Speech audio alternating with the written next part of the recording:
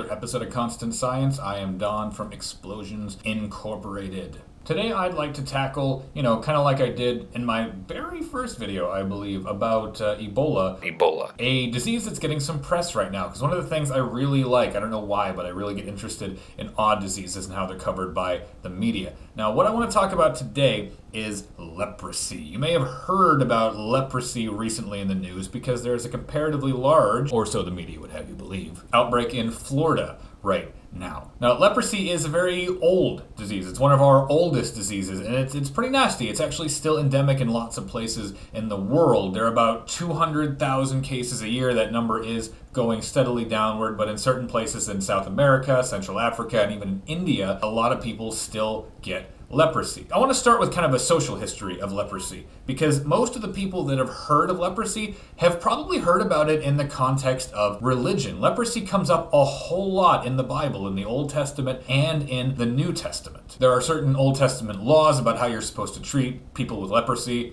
lepers. And in the New Testament, Jesus is all the time healing and cleansing the lepers. It's, like I said, one of our very oldest diseases. And what's interesting about it is that alone among diseases mentioned in the Bible, it's the only one that's kind of seen as a spiritual illness. It's a lack of cleanliness. A leper is unclean. Anybody who associates with that leper is unclean. And it's not because they have a disease caused by a bacterium like we know right now. It's a spiritual uncleanliness. Leprosy is seen as a direct smiting from God. It's a providential illness. And people didn't cure leprosy in the Bible. That's not the word that was used. It wasn't healed. It was cleansed, because it was a lack of cleanliness. It was a spiritual dark spot. Now, this isn't just a Western idea. Leprosy was endemic to the entire globe for most of human history. And if we look at Japan, for example, leprosy was even there, intrinsically tied in with religion. Lepers were seen as suffering from a spiritual stain, and much like in the Middle Ages, leper colonies were often manned by priests and whatnot. In Japan, lepers would kind of hang out by religious shrines and temples and beg for alms. In the 20th century, starting at the beginning of the 20th century, Japan even had state-run leper colonies or sanatoriums. And that kind of brings us to the issue of leper colonies. What is a leper colony? Well, it's a place where you send all those unclean, filthy lepers so they can get away from everybody. Because it was seen as contagious,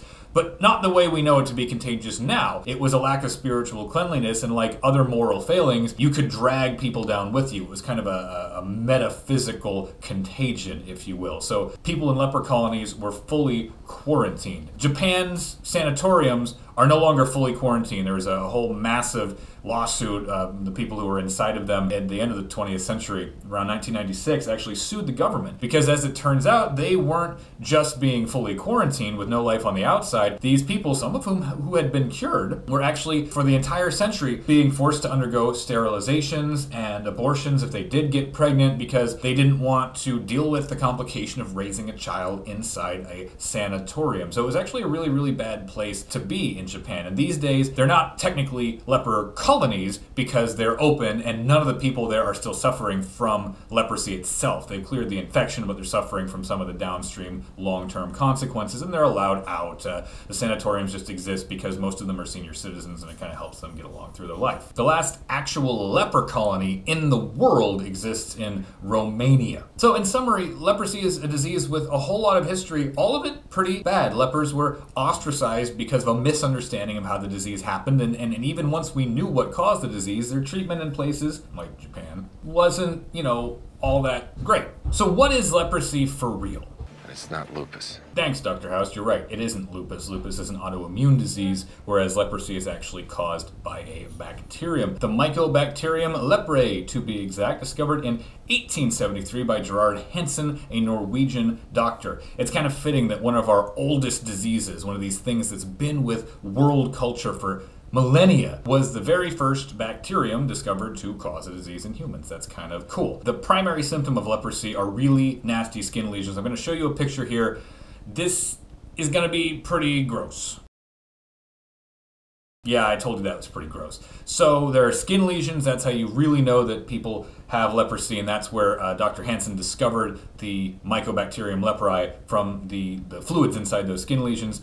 And it's also known because limbs and extremities, fingers and toes and parts of arms and stuff begin to drop off from leprosy. Now here's the bad news, but there's good news and there's better news. But here's the bad news. Leprosy is nasty. It's a long-term disease. It attacks the peripheral nervous system, so basically, your fingers, your toes, your arms, anything that's not your brain and your spinal cord, and it renders those nerves nearly useless. So you get numbness anywhere where the leprosy is attacking the nerves, and that is what kind of helps. One of the things that helps lead to the falling off of extremities. Leprosy doesn't cause that, but people get damage to their fingers and their toes because they're completely numb. They can't feel them. They don't recognize when they're actually injuring themselves or getting injured. And secondary infections can set into the weakened tissue, which causes the body to have to deal with all of these things, and sometimes it reabsorbs some of the tissue, and then a finger will fall off or it'll shrink, and it's bad. Leprosy plus secondary infections can lead to all sorts of really bad complications. It also attacks your upper respiratory system, kind of like tuberculosis.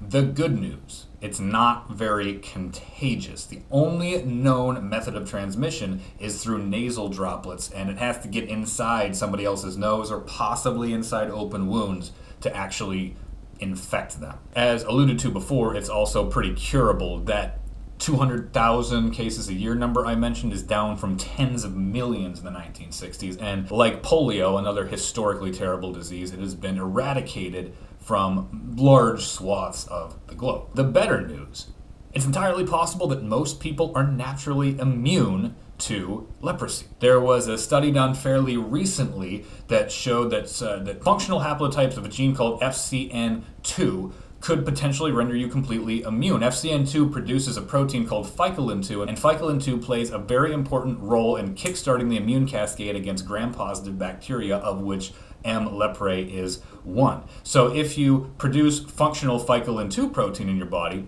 there's a good chance that you can't possibly catch leprosy, and people with dysfunctional haplotypes of FCN2 are the ones who can get it, which may even be as much as 90 or 95% of the population that's immune, so that's pretty good too. That leads us to the question of where did it come from in Florida? If it's really only severely endemic in not America, how did people in Florida get it? Well, as it turns out, Florida has between 2 and a dozen cases of leprosy pretty much every single year. Now this one's kind of making news because it's kind of sort of on track to be above that high upper average of 12. We have 9 people that have been diagnosed with leprosy so far in the year 2015. Where are they getting it? We're not really sure. Armadillos of certain species are known to harbor leprosy, so don't make out with an armadillo or stick its nose up your nose. But really, the cause of this current outbreak of 9 whole cases of highly treatable, not very contagious leprosy isn't actually known. I've seen a lot of headlines in the news media saying armadillos cause leprosy in Florida and leprosy outbreak and this and that. And this is another case, like I've mentioned before, of the news media not giving you the whole story, of not actually reporting a science story as accurately as they really should if they were being truly responsible. Because the fact of the matter is, 9 people in 8 months is a lot for Florida, but if you look at the overall numbers, if we end up with 15 people this year, that's well within the error bars. That's well within normal tolerances because it's an average of 2 to 12. Some years they might get 0, some years they might get 20, some years they get, 8, 9, 10, 11, 12. So this number of cases of leprosy probably isn't even actually out of the ordinary. It's just been picked up by the news media for whatever reason, and they're running with it. And in the grand scheme of things, hey, it's good to know and be aware of this problem in Florida, that you shouldn't make out with an armadillo or whatever, but it's all right. It's okay. It's normal. So what's the lesson here? I've said this before, and I will almost certainly say it again. You can't always trust the media when it comes to stories of science, or, stories in general, but my particular interest area is science, and they do a particularly bad job, in my opinion, of covering science stories. And in this case, they didn't give you the whole story. Dig a little bit deeper when it comes to cases of horrible disease outbreaks. And also, don't ostracize people because they have a disease. There's a really negative history of that all across the world, and people still do it with HIV and AIDS, even though HIV and AIDS is only transmissible in a couple of very specific ways, and you're never going to get it from somebody So it doesn't matter what the disease is. Unless you have a really serious chance of getting a really nasty disease from somebody, there is absolutely no reason to socially ostracize them for having something that they could not control getting. Going all the way back to biblical times and leprosy, that's the kind of thing that we've been doing for a long time, and it's about time we stopped doing it. Not to end on a serious note or anything. Maybe I'll do something silly next week, but this week I wanted to talk about leprosy. So, as always, thanks for watching. I'll be back next time with another episode of Constant Science. I am Don from Explosions Incorporated. 'Cause I'm a man of constant science. Man of constant science. Man of constant science. Watch me do my show.